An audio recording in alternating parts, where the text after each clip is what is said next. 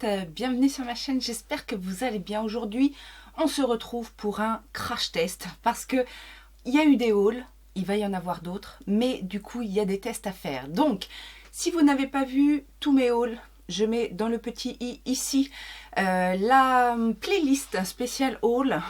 Chez moi, c'est une spécialité, hein, on va dire. Donc voilà, j'ai sélectionné quelques produits dans mes dernières acquisitions que je voulais tester avec vous, que vous m'avez demandé de tester.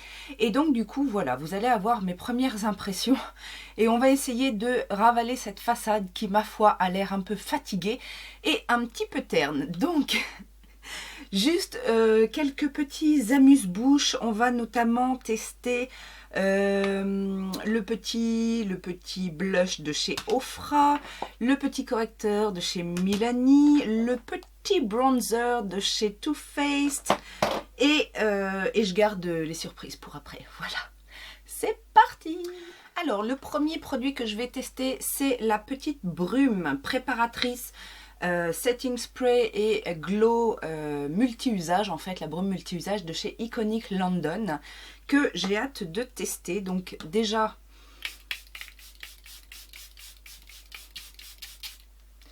j'allais dire, ça peut faire que du bien, ça peut que me réveiller. La brume est super agréable, c'est tout léger, ça fait vraiment comme un nuage sur le visage, c'est frais, ça sent bon. Bon, le côté glow, ah si, quand même, on voit un petit peu que c'est un peu glowy. Alors, j'ai des restes de paillettes, mais ça, c'est pas la brume. Okay, alors ça fait longtemps, mais je ne l'ai jamais testé en vidéo. C'est la base de chez Physician Formula à l'argan. Vous m'avez vu tester le bronzer où j'étais pas très fan. Je vais tester cette base. Je crois que je l'ai testé une fois. Et ah ben c'est un spray aussi. Alors attendez. Oui, c'est un spray. Encore une fois, ça sent le patchouli. Hein. Je pense que c'est toute la gamme qui doit sentir comme ça. Mais c'est un petit peu moins fort. C'est un petit peu moins fort quand même que le bronzer. Enfin, c'est fort. C'est parfumé quand même. Hein. Alors, la brume, le pchit est un petit peu plus... un petit peu moins brumeux que le iconique. Mais j'ai l'impression que c'est quand même un petit peu plus adhérent en termes de primer en fait. C'est un primer, mais d'ailleurs je pensais que c'était plutôt un primer, vous savez, en pompe quoi. Mais non, c'est quand même assez liquide. C'est donc à l'huile d'argan et à l'eau de coco. Donc ça peut faire que du bien à la peau. En fond de teint, on va tester le Born This Way. Et oui, que j'ai jamais testé. Donc, qu'est-ce qu'il nous dit ce fond de teint? Enfin, vous devez le connaître maintenant, mais hydratant, longue durée, ne brille pas sur les photos, non comédogène. 100% ont rapporté que ce fond de teint estompait leurs imperfections. 100%, donc il n'y a pas une once de doute. 100% ont déclaré que ce fond de teint donnait à leur peau une apparence absolument parfaite. Eh ben dis donc, ça va les chevilles Too Faced. Et 97%, ah, on n'est pas bon partout. Hein. On dit que ce fond de teint offrait une couvrance naturelle. Bon, eh bien, on va voir ça tout de suite. Bon, je vous ai déjà rapproché parce que vu que je vais avoir une peau parfaite, vous pouvez en profiter. Donc, j'ai pris la teinte nude. J'ai mis une pompe sur mon éponge. On va voir ce qu'on arrive à faire avec une pompe. Si notre peau est suffisamment parfaite ou s'il va falloir une deuxième pompe pour que ce soit encore plus parfait.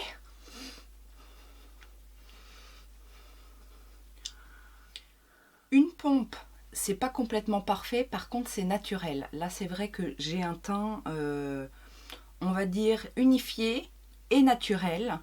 Ça s'est fondu en 2 coups de cuillère à peau.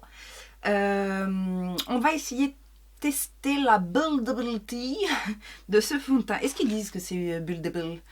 Qu'est-ce qu'on dit? Fond de teint détectable, couvrance moyenne à totale. Alors la moyenne, petite moyenne, mais à total ça veut dire que c'est modulable. Ce fond de teint sans huile estompe habilement la démarcation entre peau et maquillage, une couvrance si indétectable et une peau naturellement si impeccable que le monde entier pensera simplement que vous êtes born this way. Donc oui, ils disent quand même que c'est constructible. Donc on y va, on remet une demi-pompe. Allez, je ne suis pas non plus exigeante au point de vouloir une couvrance extrême. Je veux juste camoufler un petit peu mes imperfections et mes rougeurs. Eh bien, ma foi, le rendu est presque parfait. Je dirais presque parfait. La couvrance est très bonne concernant mes attentes, en tout cas. Ça laisse effectivement une peau bien floutée.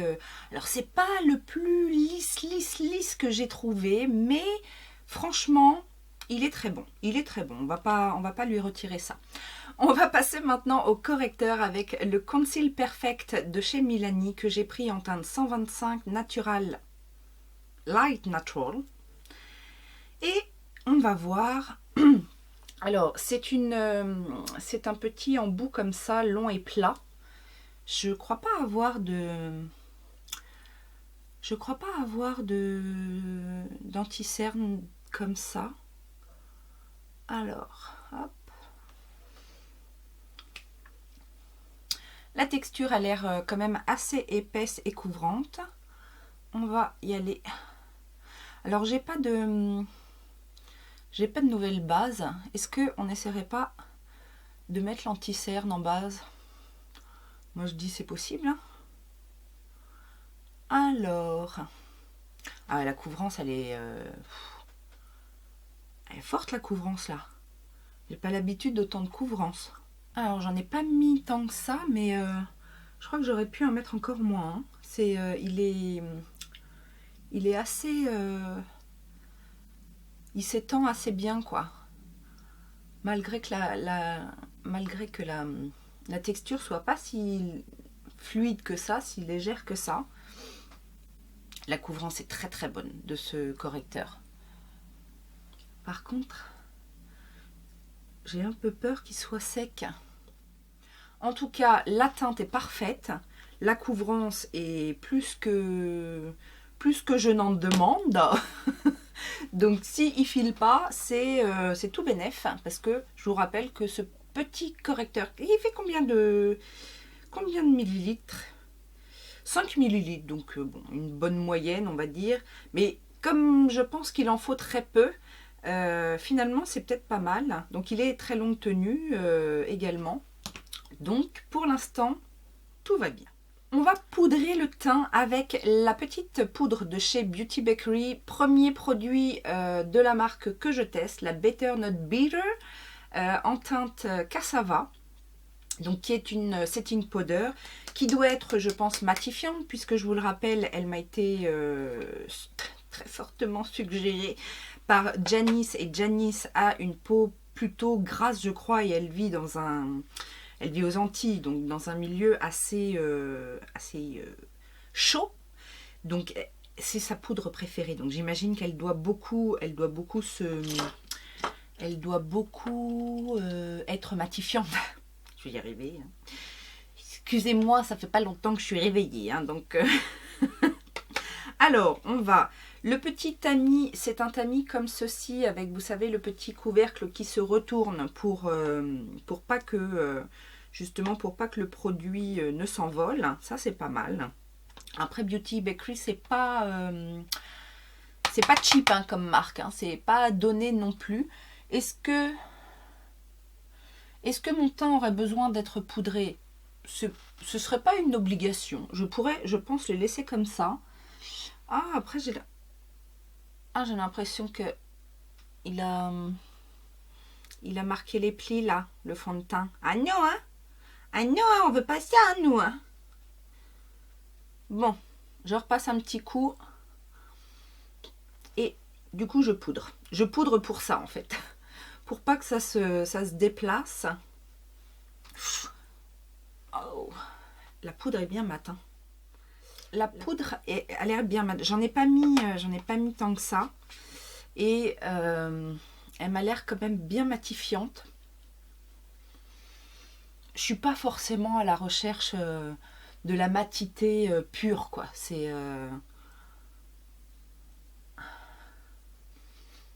Mais bon.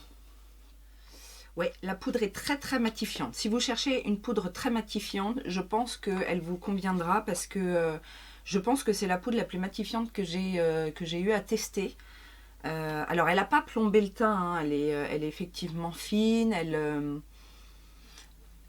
elle floute. Mon teint était quand même assez flouté, hein, je ne sais pas si c'est le fond de teint ou quoi, mais j'ai un teint assez lisse et mat. On viendra rehausser avec de l'highlighter, je pense. Ok, on continue. J'ai le bronzer Too Faced, donc le petit Gingerbread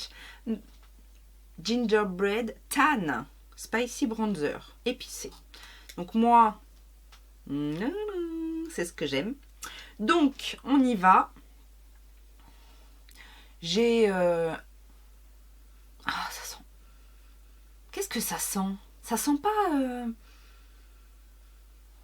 Ça sent plus la vanille que les épices de Noël, je trouve. Je sais pas. Bon, quand je l'ai déballé, je vous ai dit, il y a peu de chances que je n'aime pas ce bronzer. Déjà d'une, parce que j'aime les bronzers Too Faced en général. J'aime les produits... les bronzers en général, j'en ai pas énormément, hein, je les ai pas tous, mais j'ai notamment le Black Book, là où il y a tous les petits styles de bronzer que j'aime beaucoup déjà, donc voilà. Et concernant la teinte, c'est tout à fait le genre de teinte que j'aime. Ces teintes qui tirent un petit peu sur le rouge, sur les couleurs un petit peu épicées, c'est ce que j'aime. Donc, tout va bien. Je vais commencer par l'highlighter et après je mettrai mon blush. Donc l'highlighter, c'est celui de chez Morphe.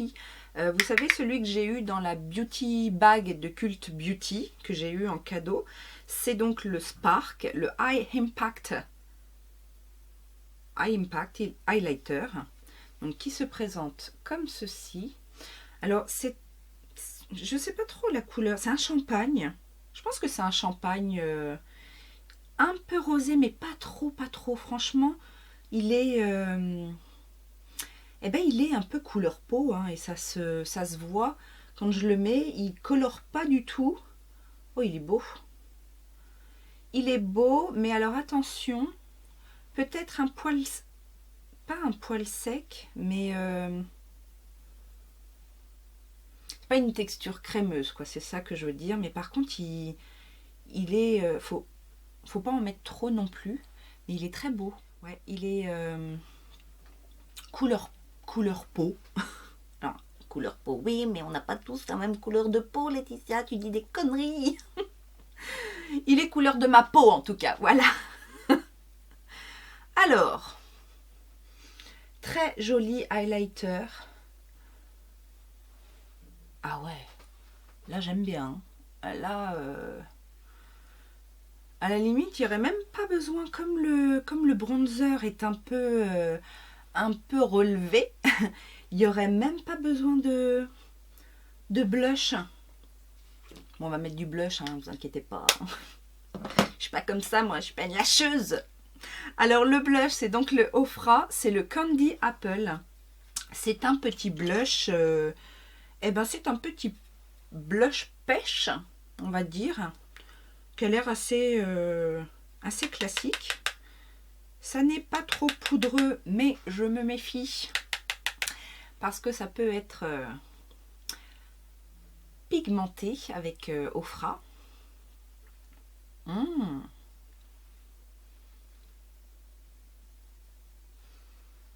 Ah ouais. Eh bien, ma foi, pour le moment, c'est plutôt pas mal. Au niveau du teint, qu'est-ce qu'on n'a pas fait, qu'est-ce qu'on a fait, qu'est-ce qu'on n'a pas fait, c'est bon, on va y aller. On va remettre un petit coup de spray Iconic London. Je crois que j'aime bien cette marque. Hein.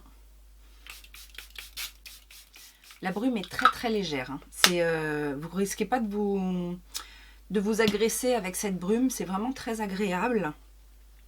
On va laisser sécher. Ok, ok, je ferai mes sourcils après. Alors, le challenge du jour, c'est de se faire un petit make-up, mais pas trop voyant, avec cette palette qui s'appelle quand même Rainbow, et je vous le rappelle, qui a ces teintes-ci. Alors, un make-up pas trop chargé parce que j'ai derrière un événement, et si j'arrive les yeux avec les couleurs qui pètent là, ça va pas le faire. Donc, j'ai quand même envie de tester cette palette, mais ça nous dira certainement si on peut utiliser ce genre de palette pour un make-up plutôt... alors, je vais pas dire neutre, hein, mis à part peut-être mettre juste un petit coup d'irisé sur la paupière et hop hop hop, ni vu ni connu. Non, on va utiliser de la couleur, mais on va essayer d'utiliser des couleurs un peu en transparence. Est-ce que c'est possible ça? Est-ce que c'est possible? Je commencerai bien donc avec ce vert là, j'ai envie, qui s'appelle Atmosphère. Je sais pas. Atmosphère, est-ce que j'ai une gueule d'atmosphère? Oui, bon, d'accord. C'est la version remasterisée hein, de ce culte moment. Alors, c'est un vert, je dirais un vert kiwi, qu'on va estomper, mais bien, hein. On va juste essayer de lui donner un petit voile comme ça. Parce que je vous avais fait les swatchs. De mémoire, je vous avais fait les swatchs dans mon haul, quand je vous ai montré cette palette. Et les swatchs étaient assez parlants, hein, dirons-nous. Donc, mais je suis sûre que c'est possible. Tout est possible dans la vie. On va donc l'estomper comme ça. Et du coup, en coin interne, je vais mettre un petit peu plus ce jaune-là. Alors oui, vous vous dites, tarée, elle a vu faire du léger avec du vert, du jaune. On va peut-être même prendre un petit peu d'orange après. Soyons fous. Non mais, c'est possible après de mettre de la couleur dans son make-up sans forcément ressembler à un clown. Je suis sûre que c'est possible. Ce jaune s'appelle Sunflower. C'est un très joli jaune. Ensuite, on va prendre ce petit vert plus clair que je vais mettre sur la paupière. Pareil, en voile. Je vais le recouvrir après, hein, parce que comme ça, bon, même si j'en ai pris très peu pour justement faire un fond assez pastel, il m'a l'air quand même assez pétant, hein, ce vert. Mais voilà, on va juste l'estomper. C'est juste pour avoir une petite base. Ah ouais, là, je pense que... Je sais pas si vous allez vous en rendre compte, mais quand je pose le fard, c'est limite néon en fait. Donc on l'estompe, hein. On l'estompe. J'ai bien envie de prendre le blanc là, le Fantasy, toujours légèrement. Oh, il est vachement poudreux celui-là.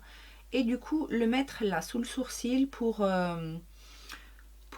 atténuer un petit peu le vert, l'estomper un peu. Avec du vert comme ça, je pense que le violet ça peut être sympa. Enfin, en petite touche. On va pas s'emballer non plus. En petite touche. En ras de cils inférieur. Ah ouais, ça va être sympa ça. Oula, le blanc est assez volatile. Donc j'ai envie, mesdames et mesdames, de mettre le Happy Ending. Donc ce fard un petit peu métallique, satiné, je ne sais pas trop. Par-dessus le petit vert. Pour donner un peu de lumière. Et du coup adoucir un petit peu ce make-up. Lui donner un petit côté acidulé, j'ai envie de dire. Et ça fonctionne tout à fait. Tout à fait, Thierry.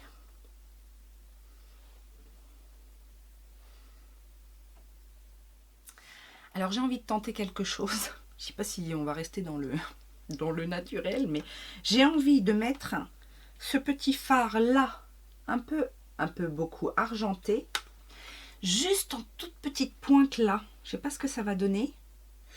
Ça m'a l'air quand même très très argenté. Juste au milieu, pour essayer d'illuminer un petit peu plus le bombé de la paupière.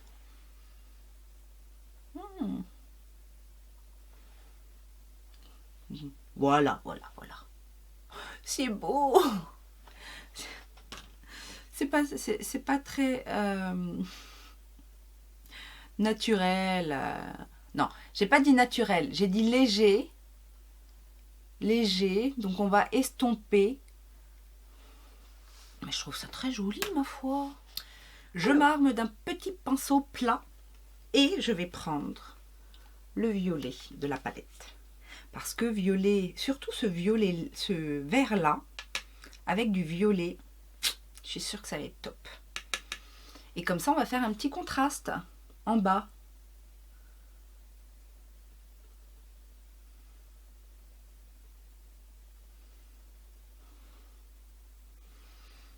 Donc on va y aller mollo, hein, c'est pas la peine d'en mettre une tartine. Impeccable. On estompe légèrement pour flouter, pour donner cet aspect un peu en transparence. Eh bien ma foi, j'aime beaucoup. Ça fait très alors ça fait très estival, hein, j'avoue, c'est pas ce qu'il y a de plus hivernal, n'est-ce pas? Mais s'en bat les couettes. On s'en bat les couettes, oui. Vous pensiez à quoi? Oh. Alors, en coin interne, j'ai bien envie de mettre ce petit horizon qui est ici pour illuminer le coin interne. Eh ben ça marche. Ça marche très bien même. Oh. Oh. Oh. Oh. Est-ce qu'on n'illuminerait pas Osez Easy? Hop. Là, et on étale. Je mettrais bien quand même un petit peu de liner. Non? Qu'est-ce que vous en pensez? Et puis comme ça, on en profite. Regardez, vous l'avez vu? Vous savez ce que c'est? Non, vous savez plus. Oh, putain, je suis grave moi aujourd'hui. C'est le L'Oréal, le Flash Cat Eye. L'Oréal.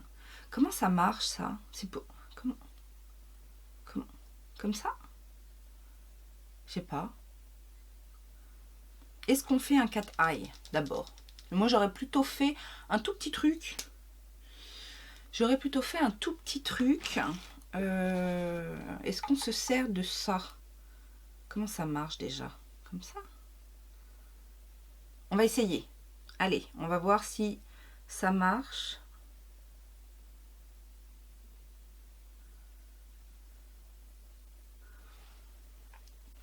Ça marche. Est-ce que... ouais, ça marche. C'est pas... c'est bien pour celles qui n'arrivent pas à faire leur ligne droite. Par contre, c'est bien parce que il est tout fin, tout fin. J'aime bien ça, moi. Il marque super bien. Ah ouais, c'est bien, dis donc. Alors par contre, est-ce qu'on arrive à faire pareil de l'autre côté? C'est ça. Est-ce qu'on va réussir à le mettre pareil, sans bouger?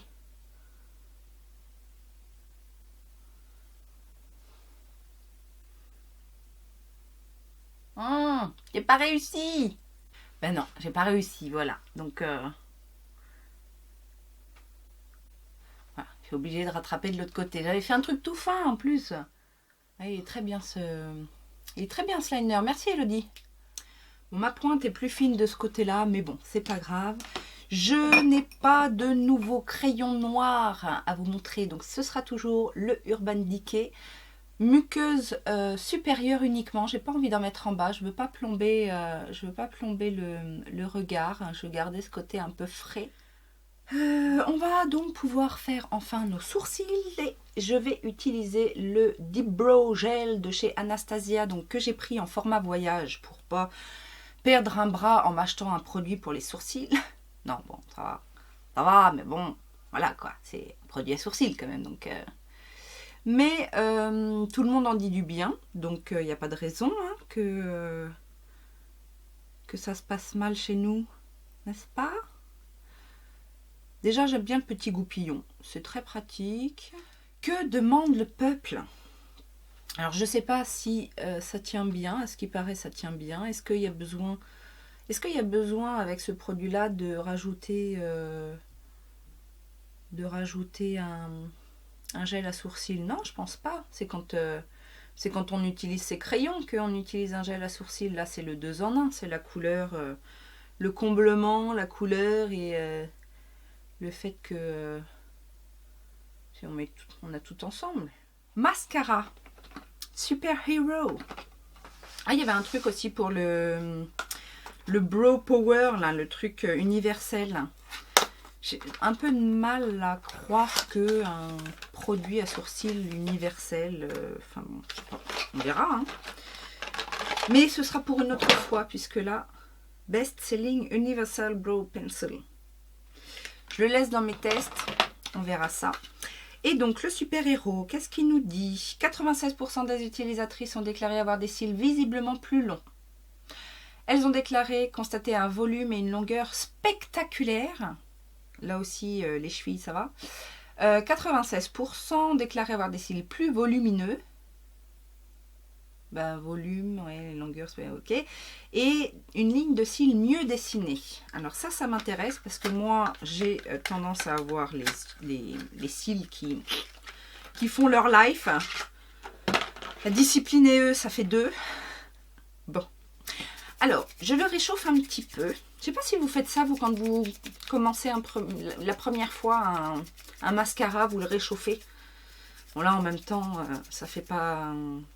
Enfin, je viens pas de le recevoir, quoi. Parce que des fois, quand on reçoit ces colis, vous avez jamais vu, des fois, il y a dans les paquets, quand vous les déballez, les produits, ils sont tout congelés. Alors, comment est cette brosse? Très classique, ma foi. Comme ceci. Donc, on y va, c'est parti. Première couche, longueur et discipline, je valide. Volume, un peu moins. Est-ce qu'il y a besoin d'une deuxième couche? Je ne sais pas. Ok, première impression, longueur et discipline, c'est clair. Par contre, volume, non. Alors, est-ce que c'est un mascara qui a besoin de vivre un petit peu, justement, pour pouvoir que la matière soit un petit peu plus sèche, pour mieux s'agripper, etc. Je ne sais pas. Mais en tout cas, ça va. C'est pas une catastrophe. Il les a très bien allongés. Ça, par contre, c'est clair. Maintenant, voilà, ça manque un peu de volume. C'est une recherche chez moi parce que malheureusement je n'ai pas les cils très étoffés et mes cils sont très fins, donc le volume certes c'est bien, mais enfin la longueur c'est bien, mais le volume c'est quand même mieux. Et on a presque terminé. Qu'est-ce que j'ai pour les lèvres? Qu'est-ce que j'ai pour les lèvres? J'ai mon petit rouge à lèvres Ciaté, vous savez, comment il s'appelle d'ailleurs? Le Flash. Vous savez, celui qui est tout beau comme ça, avec des paillettes. C'est déjà ce que j'ai mis il n'y a pas longtemps chez MAC. Sinon, qu'est-ce que je vous ai montré en haut? Parce que l'idée, c'est ça. C'est que... Alors, on a... Ah bah si, on a ça, là, le Sugar Peel. Je ne vous l'ai pas montré. Je ne vous l'ai pas montré. Et donc, comme ça tire un peu sur le rose-violet, ça va matcher. C'est la teinte Hijinks. Vous savez, c'est cette couleur mat pailletée ou mat métallique. Ah, j'ai oublié d'hydrater mes lèvres. Il y a un petit reflet bleuté. Alors, c'est pas mon odeur préférée, vous savez, ça sent un peu l'orange chimique. Le produit, l'Exomuc. Ça sent l'Exomuc. Un peu. Ah, je m'en fous sur le nez. Ah, et puis ça part pas. Oh, quelle couillonne. Alors, je pense que ça tient bien. Vu comment, en 2 secondes, là, il a séché sur mon bout du nez. Alors, mettre un petit coup parce que... Ah. La texture est très fine. Il y a des petites donc paillettes bleu, violet. C'est très très fin. Hein. On le sent pas. Et j'ai l'impression que c'est trop fin pour bien tenir. Est-ce qu'il y a besoin d'une deuxième couche? Alors oui, c'est mieux avec une deuxième couche. Je disais, l'Exomuc, je suis pas fan. C'est un peu... Vous savez, Exomuc ou... J'ai l'air fine comme ça. Je vais m'en remettre sur le nez en plus. Le Tang peut-être. Est-ce que ça vous rappelle quelque chose, le Tang? Donc...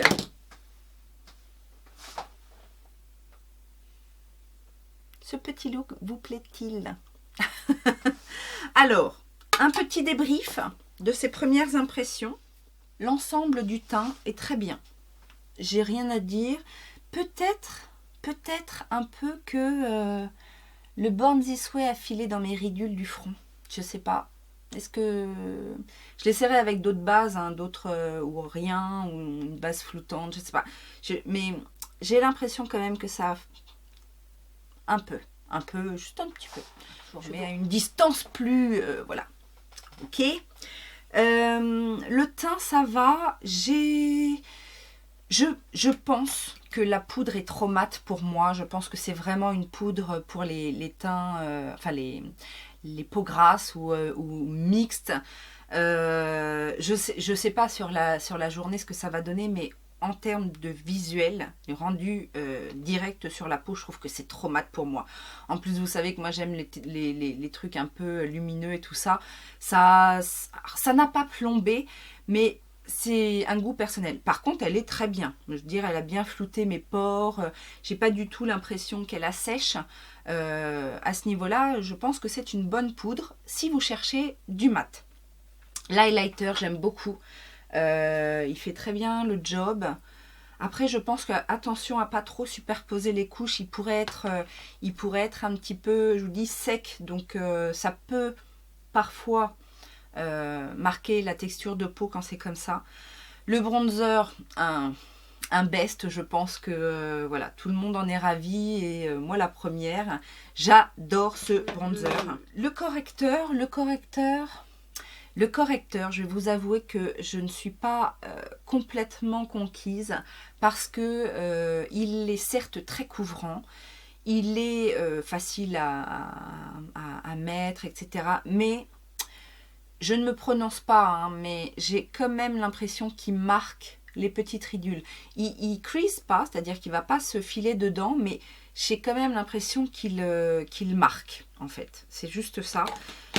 Je préfère peut-être les formules plus... Alors, en même temps, j'ai pas non plus le besoin de cacher des cernes très colorées, donc mes exigences ne sont pas les mêmes. Peut-être que quelqu'un qui a des cernes très très bleues ou foncées va préférer avoir le camouflage de la couleur et avoir un petit peu de l'impression que les plis sont marqués. Moi, comme j'ai pas le problème de coloration, je veux quelque chose de lisse sous mes yeux. Enfin, voilà, je ne sais pas si je me fais comprendre, mais au niveau de mes exigences, voilà ce que moi j'attends d'un correcteur. Le blush au fras, pas de problème.